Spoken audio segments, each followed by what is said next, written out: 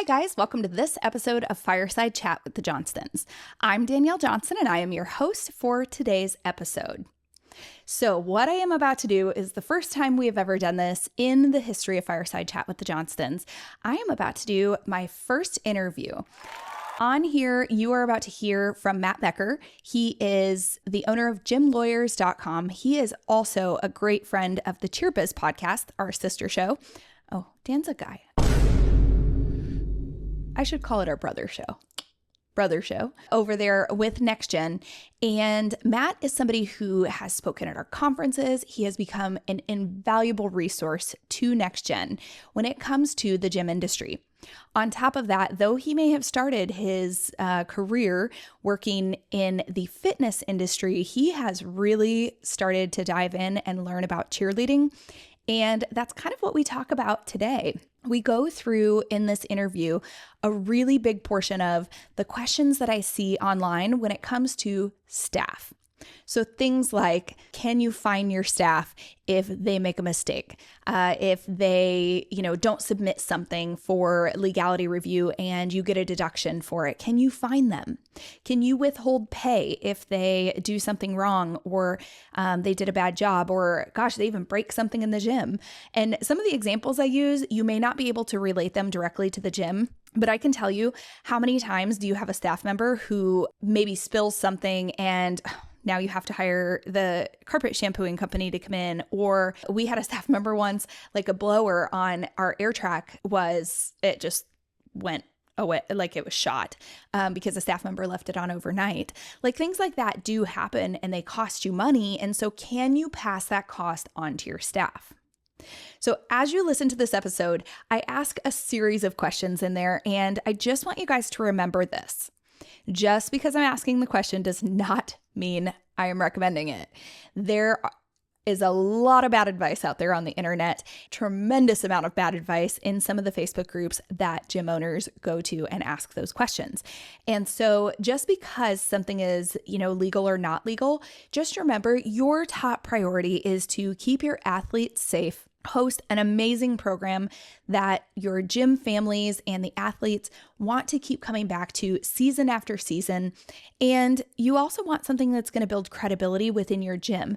Part of that credibility simply comes from making sure that people know you are a legitimate business who treats its employees well. And so while we talk in this podcast a lot, in this interview, while we talk about, the penalties and can you fine a staff member, can you withhold pay, can you reduce their hours? While we talk about those things, I'm going to tell you, I hope it never comes down to that for you. I hope that you have followed the NextGen hiring system, that you have followed the NextGen onboarding system. Maybe you even have a staff portal so that staff members are reliably trained. Hopefully you're doing annual evaluations with your staff, or, if they are new, you're doing a 90-day evaluation.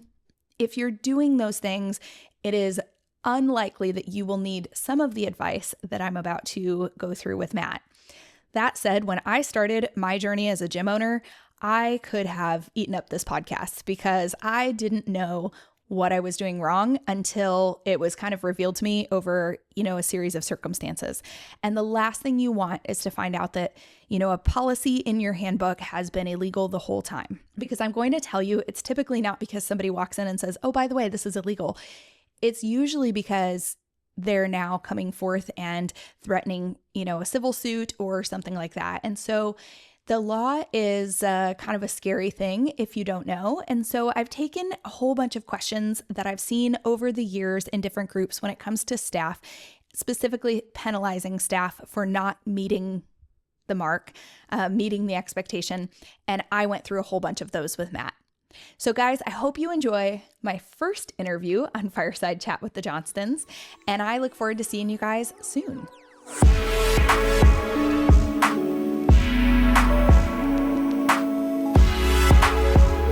All right, you guys, thanks for joining me with Fireside Chat with the Johnstons. I am here today with Matt Becker from gymlawyers.com. He is a friend of NextGen and the legal expert that we go to for all things gym related. Thanks, Danielle. Good morning. Good morning. It's great to see you. I was just kind of saying off camera, you are my first interview that I've ever Yeah, had here on Fireside Chat. I'm so flattered. Thank you. I always get a kick like when I talk to Dan and he likes to remind everybody that I'm like the most frequently returning guest. And I'm like, wow, I had no idea. But now to learn that I'm your first interview guest on the podcast too, that's such an honor. Well, on this show, normally Justin and I are on here together, and I was kind of thinking your wife would be fun to interview too. She and I like connected at Oh, I conference. think, I mean, if you could get her to record a podcast with you, I do think the two of you would be very funny and like lots of people would listen to it. That might take a little bit of like in-person convincing at the next conference to, to like Yeah, force her to get on there and chat. maybe I just like record our conversation. Is that Oh, legal? there you go. I mean, only if she complains would it be a problem. So That's true. That's true. But I feel like she might have a good lawyer in her pocket. So I'll deny the case. I'll say it's perfect. conflict of interest. I can't take it. Conflict. That's right. Just That's right. record her without her knowing. It'd be funny. That's right. Well, isn't it like in some states just one of you needs to know? Like I would know. Yeah, yeah. Two-party consent versus single-party consent. But yeah, I don't know. Where will we be? We'll be in Texas, right? Yeah, that's right. I'll That's have to right. check. I'll have to check to see if it's a one-party or two-party consent state. Hmm. That's interesting. So that will actually, I might put that on my list of questions if we just happen to have time talking about some of that. I'm actually Yeah. going to write that down. Okay. So I started this, and I initially reached out to you because I heard I was on a webinar last week and I heard somebody talking about this great idea that they heard a gym owner say. And this gym owner, they have the right idea. They're trying to get their staff to comply with like all of the rules of their position. Meaning, in our routines that we choreograph, you have elements of the routine that you submit, and they either come back as legal or illegal, which I think is really ironically funny in this context. Yeah. But these elements of the routine, like if they're illegal, you're going to lose points off of it. And that Okay. could cause a win or a loss, I should say. And so this person was saying, this gym owner really has it down to a science. If the staff member doesn't submit the video and it comes back that they lose points because it was illegal, the gym Hmm. fines the staff member for that Hmm. mistake. Right. Essentially, it comes down to if a staff member makes a mistake, what what can we do? Can you Yeah. find them? Sure. Yeah. Okay. So as we get into this, I do need to drop the caveat or the disclaimer, right? That while I'm a practicing attorney, and yes, Gym Lawyers PLLC is here to provide legal consultation advising to gym owners or any real small business owners. What you hear on this podcast or you watch, if you guys record this and put it up on YouTube or whatever, cannot be taken as actual legal advice, even if you think, oh wow, that sounds exactly like my situation. Every situation is different. We're going to talk in generalities. It may or may not apply directly to you based on what you're doing, where you're located, what state you're in, etc. Okay, so just got to throw that disclaimer out there. If you want specific information, you got to reach out directly. Now, to address your question, generally speaking, fining your employees for making mistakes is going to be illegal. You cannot do it, and so even if some states like Texas, California, I think New York, they're going to specifically have statutes that say like you can't take retaliatory actions against your employees for making a mistake. But even in other states that may not have a direct law about it, it's still going to raise potential legal issues if you turn around and smack your employee with a monetary fine because they made a mistake. Hmm. Okay. Yep. So I imagine some of this has to do with state by state, as we just said on there about the, third party recording and stuff like that. Each state Yep. has different regulations. Yep. Yeah, Okay. it'll vary a little bit state by state. But again, look at this also from a perspective of the Fair Labor Standard Act. Okay, that's a federal law that mandates what employers are and aren't allowed to do. Let's just talk really quickly about sort of like how these laws interact. So we have federal laws, and then we have state laws, and then sometimes we'll have like county procedures, county law, county ordinances, city ordinances, those sorts of things. Okay. The federal law that goes across all the U.S. is going to set a minimum standard. So this is what you have to do in whatever kind of instance we're talking about. States either have to follow exactly what the federal law says or provide additional protections for their citizens. Okay, let's talk about this just briefly on like a criminal basis, because this is an easy one. So we have a right to privacy. Federal law gives us a right to privacy. Federal law might say something like, because of your right to privacy, police officers can't just storm into your house without probable cause or to check a whole bunch of boxes before they can do that. But generally speaking, federal law doesn't really provide a whole lot of protection for you in your vehicle to say you have a right of privacy in your vehicle. Okay. Pennsylvania, I just happen to know because that's where I litigated for a number of years, does provide additional protections to the individual in their vehicle. So they have to follow the federal law providing right to privacy in your house, but the state can go further to provide the citizens additional protections. Okay. So when we look at something like the Fair Labor Standard Act, we have federal guidelines and laws of what employers can and cannot do. The states can go further than that. But the Fair Labor Standard Act is going to say it is illegal to pay an employee less than minimum wage. Okay, so one of the issues that we run into here is, let's just say, I don't even know these days what minimum wage is, but I don't know, what is it, like $17? I honestly don't know. Depends on your state. Yeah. Yeah. So let's just call it $17, right? And that's true. So, we have the federal mandate, and then the state can add money to that to say our minimum wage is actually higher. Let's just say it's $17 an hour, and you're paying your staff $17 an hour, and then they make a mistake, and you fine them $150 or $50 or whatever. And across the board, this now dropped their average wage down below the minimum wage. Well, you just violated federal law. Okay. So whether or not your state technically allows you to punish your staff by fining them or taking some sort of retaliatory action, federal law is going to also come into play, and you don't want to be accused of violating federal law. Yeah, absolutely. Now, let's adjust the circumstances just a little bit here. What if somebody were to break something in the gym? They were doing something haphazardly and they damage a major piece of equipment or drop a computer or something like that. Yeah, so in that instance, you could have agreements that say like the staff member needs to pay to replace that.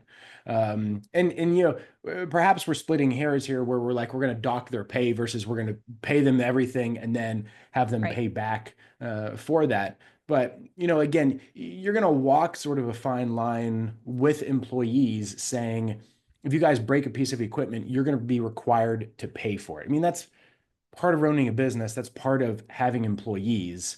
When we talk with, when I talked with Dan on his podcast about gym owners and chargebacks and things like that, there's always this theme of like, if the gym owner is trying to nickel dime every one of their members, those are the gym owners who call and always have issues with memberships.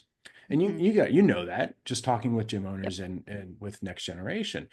The same thing involves staff. The gym owners who call and are constantly complaining about the staff doesn't listen to me. Staff are leaving and taking all of my members. I can't get staff, right? I can't hold on to staff.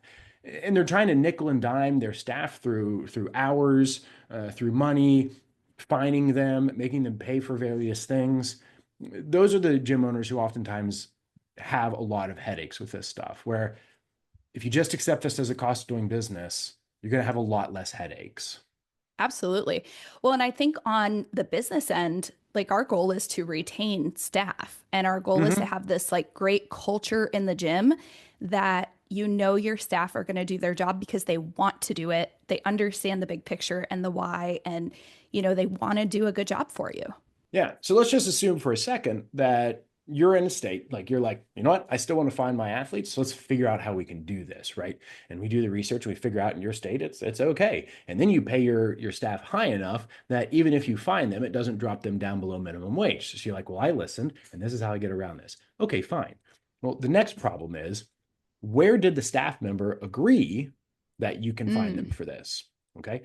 Do you have a written employment agreement that advises the staff member that if you mess up in XYZ, if you don't submit your choreography, if you break a piece of equipment, you're going to have to pay for it?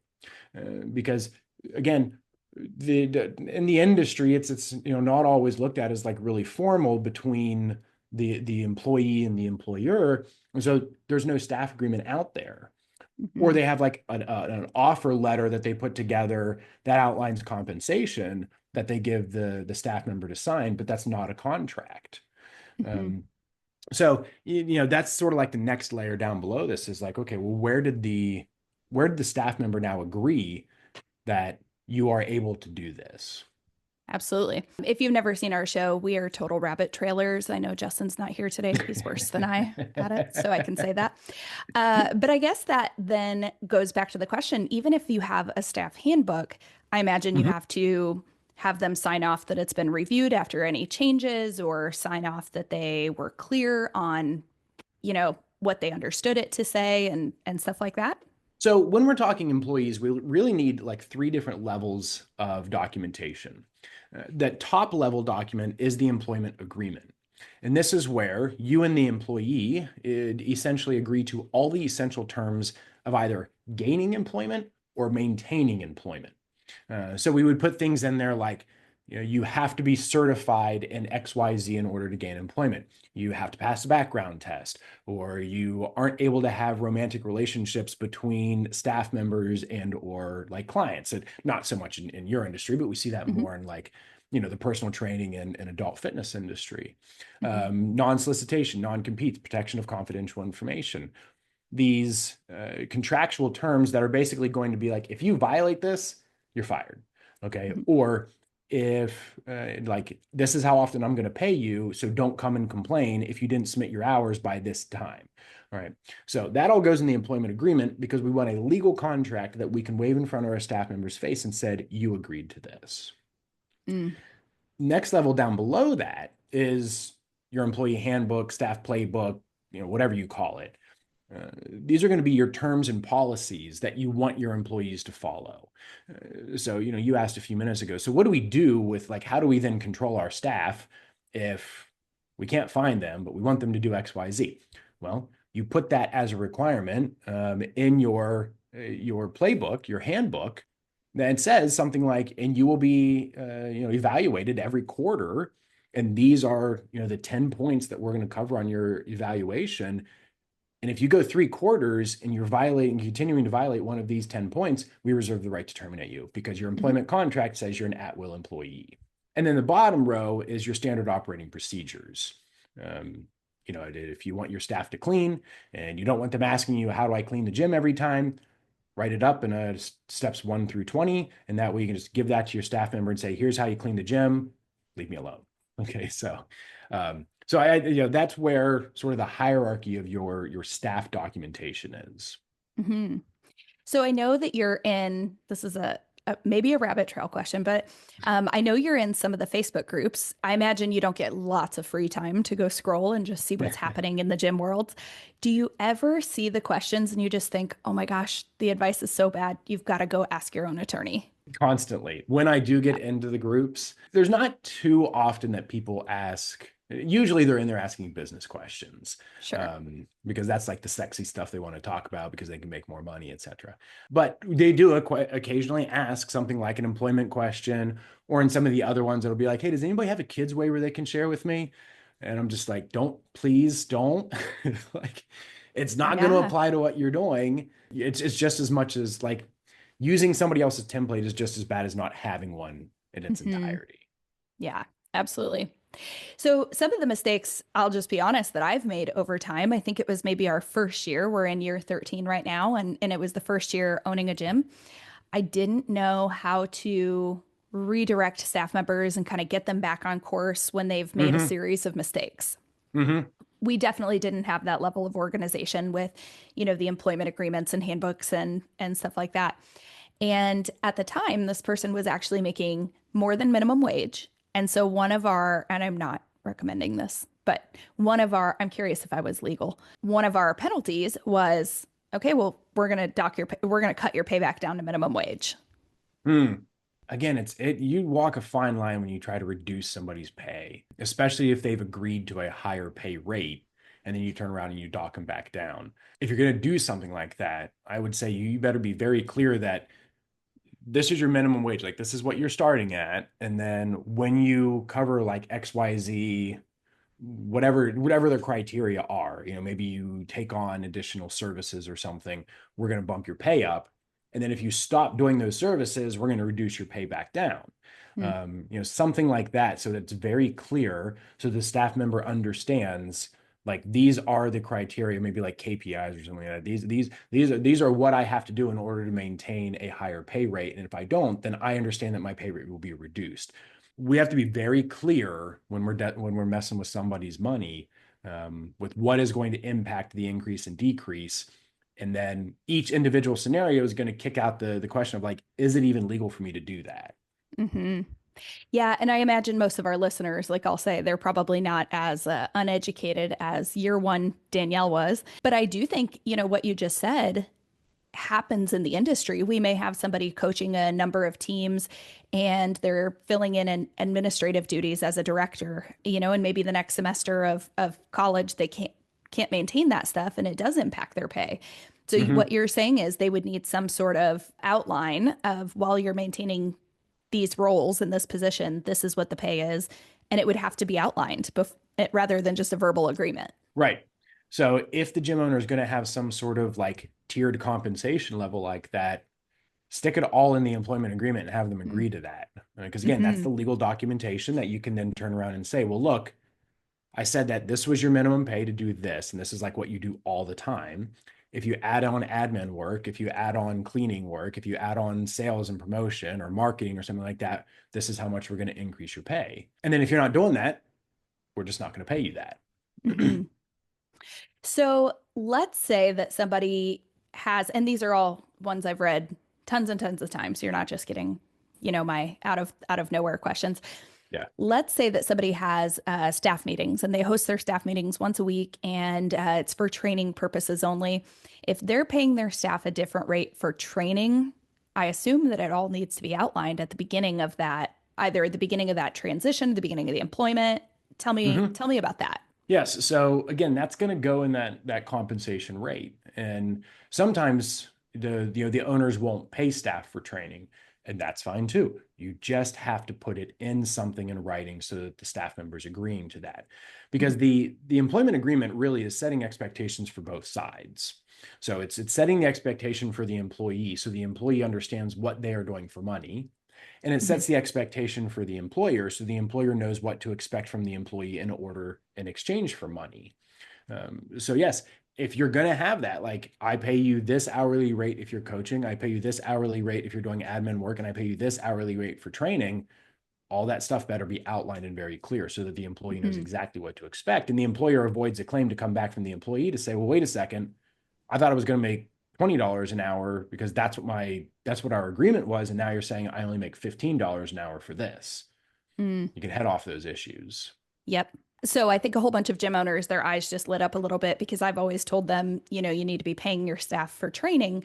And some of that is definitely on the end of like, training is important. You should be paying them the same. If you're mandating the training, if you're saying you are required to be here from, 6 to 7 every Wednesday night or something like that, does that change whether you are required to pay them?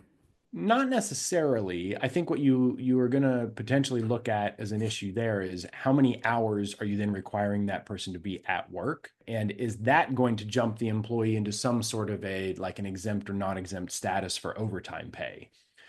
So if you have, say, a director who's working 40 hours a week, plus you're requiring that director to then attend 2 hours of training every week, and you're not paying them as a full-time employee plus overtime, there's going to be individual state laws. Again, the Fair Labor Standard Act is going to have guidelines on exempt versus non-exempt employees. But even last year, I think I saw 3 or 4 different states update their exempt and non-exempt employee status requirements. So these are all little things that it's really hard, this is why we have to throw that disclaimer in the beginning, like this may or may not apply to you, because it's really hard to just say yes or no, because each individual situation is going to be like, well, maybe you may have to start paying them, or you may not, and you may be able to get away with just sticking in your employment agreement, or you may not. And unfortunately, it's hard for us to just give clear, definitive answers on something like a podcast, which is why we have to say, like, Right. this is for educational purposes. This is just meant to stick a bug in your ear. And if you want to be specific beyond the specific scenarios you're asking, then we can go through those. But yeah, Yeah. just make sure it's clear. Yeah. Yeah, absolutely. Don't worry, I'm not doing this for free legal advice. No, you can. You ask all your own situations. All the I'm listeners are just going to learn from it. all to the whole world here. Yeah, I think, and I'll say this like to our listeners, the law is the baseline. Like, don't murder somebody is like the baseline of Right, like how right, to be a right. good human being. So when we say, maybe you don't have to pay your staff for training, I'm going to tell you what you put into your staff is what you'll get back out of your staff. So, their level of engagement, their level of contribution to the training scenario, the level of, them actually utilizing the material in their classes, right? The law is the baseline, listeners. That just means that's what you have to do or don't have to do. It doesn't mean that's necessarily what you should do. Yeah. So, Yeah. And yeah, if they're like mandatory to the extent that you're going to fire them if they don't attend, probably should be compensating them for that. yeah. Well, and I'll put my 2 cents out there too. I personally believe that admin work, coaching, training should all be the pay rate for that staff member because training is just as important as coaching. And, the gym doesn't operate without the administrative people doing their admin work. And so that's just my, outside of the legal side, it's just how you show people that they're valued and that everybody contributes. Hmm. So, okay, so let's go into things that are required for your position. So at my gym, we're required to be CPR and first aid certified. Some gyms require credentialing through the US All-Star Federation. If my gym pays for the CPR and first aid training of that employee, let's say it lasts for 1 to 3 years and the employee quits next month, can I go prorate and take that portion out of their final paycheck? I would say that usually, in order to, if you're going to pay somebody for some sort of training, and then make their employment contingent upon that training, or they're going to have to pay you back. You have to demonstrate that the training that they received was really specific only to what you were doing. It's the same thing when we're talking about independent contractors. Generally speaking, don't pay for an independent contractor to get any sort of training or Mm-hmm. certification because you just gave that contractor a benefit.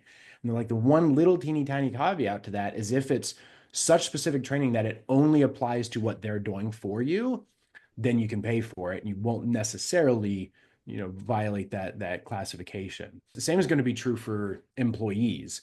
We see this a lot, let's say in like the hair industry, right? The beauty industry, where Mm-hmm. you would send the person out and pay for them to be trained as a beautician, and then they come back and you require them to work for you for a year because you just spent $5,000 to get them trained.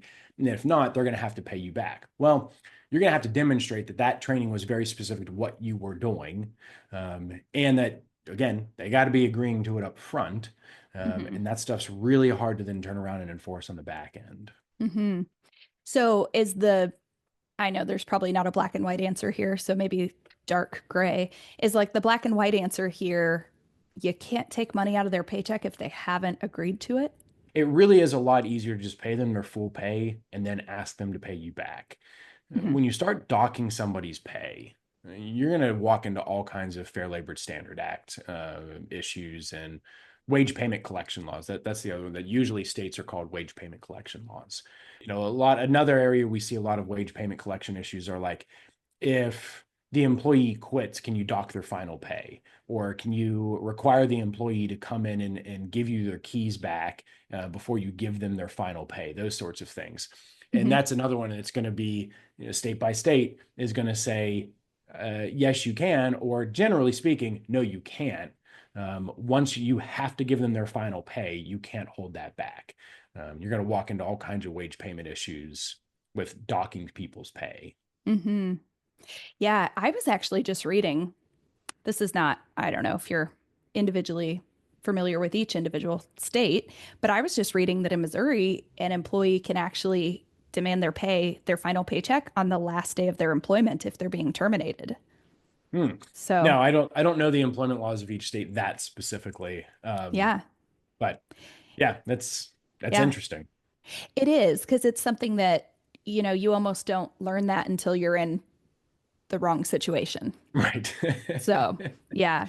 So, just so that I can put this out there for people, though, when they're working with you or when they come to you for a legal question, surely, you're looking at the individual state rather than just this is the general legal advice that I can provide. hmm Yeah. Yeah, so the way that we'll typically do that is, even if I feel like I know the answer is 100%, if a client comes and says, I have this specific question, we'll get this a number of times of overtime pay. It's a really easy Mm, example. Again, like I have a coach, they work essentially 40 hours a week, and then I require them to do something like private training or admin work or something like that for another 5 hours. Do I owe them overtime pay? Well, I'm going to have to dive into your state. And even if I've looked up that state before, I'm going to tell the client, tell me about your facts. Let me just mhm. go and review so that I know that the answer that I'm giving you is as right as it possibly can be. Because I don't want to, like we were talking about, requiring staff to come and attend meetings. I don't want to say a definitive yes or no, and then the gym owner presents a particular situation that would change my answer. So we always want to just double check those. Yeah, absolutely. Yeah, I think that's really good too because the more prevalent ChatGPT becomes, I think the more prevalent people kind of look to it for legal advice. When I was on that webinar, the very first thing I did was I went to ChatGPT, and not because I think that it is truly telling me the right answers. It's just because I think it was a good baseline before I reached out to you.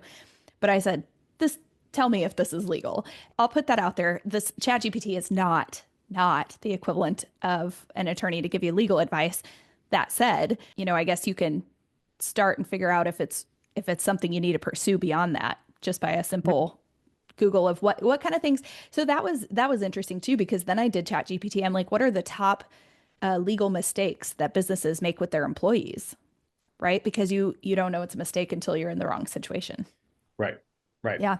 Yeah, Can I? it's a resource, but Yeah. it's a trust but verify resource.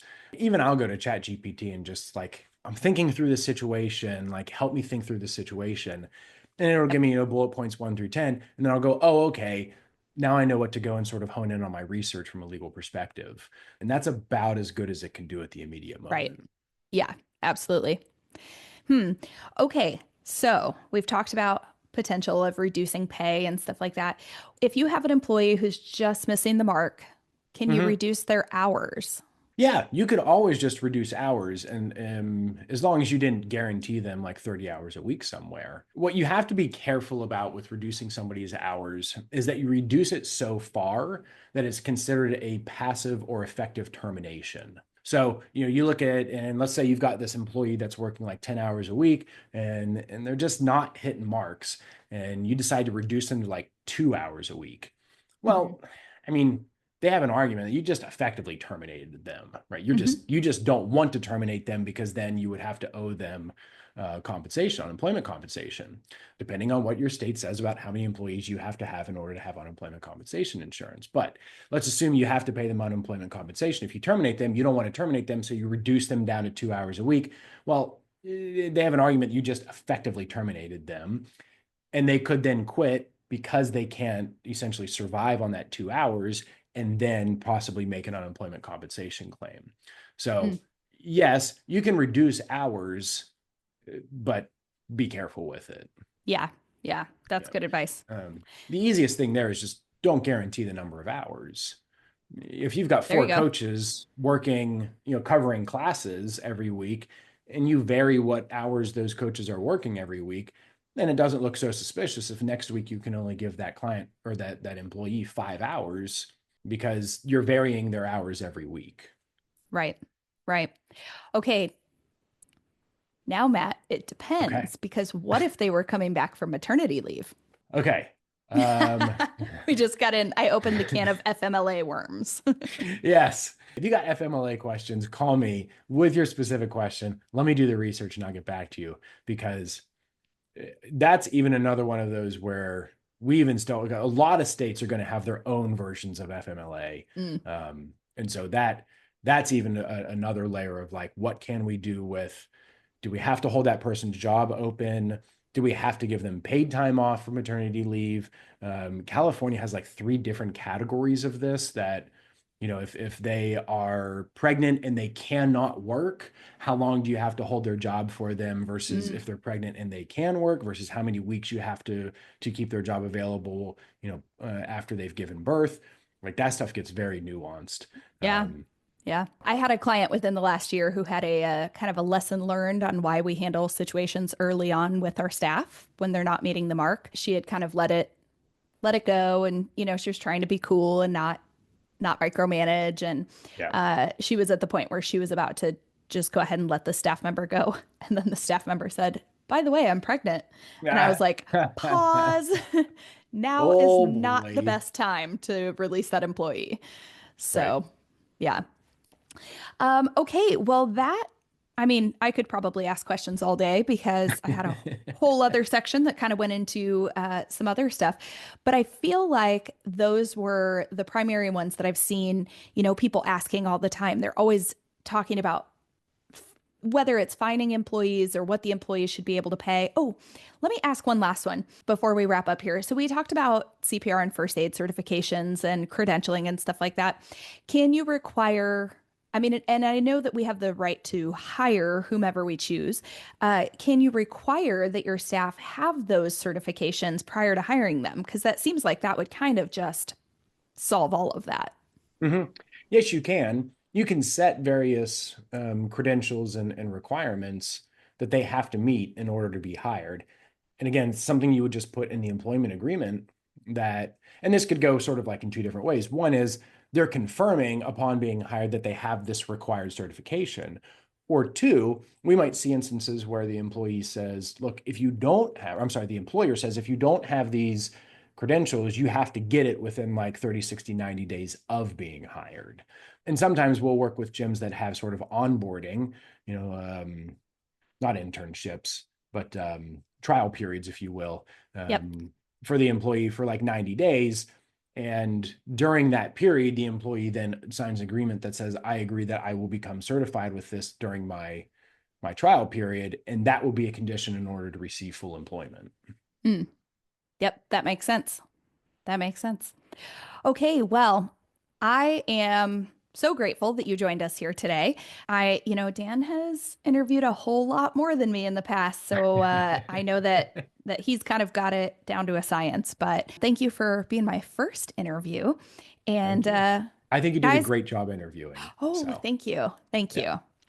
Well, guys, if you need legal advice or you need help, one thing I know you are fantastic at. If you need waivers, you need employment contracts, if you need staff handbooks, like things like that, that every gym should have and should not be asking Chat GPT to build. Um, if you need those things, please make sure you reach out to Matt at gymlawyers.com. Mhm. Hey, did I say that right? Yes, you Gymlawyers.com. did. Yeah, you Yep. make it so easy. See, that's good marketing, good branding. And definitely reach out to him. Will you be at the conference in June as well in Yes, Dallas? I believe I'm giving two lectures.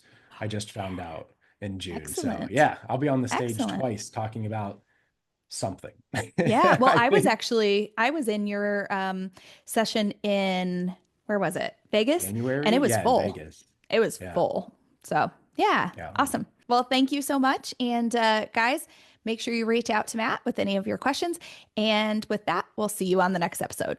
Thanks so much, Danielle.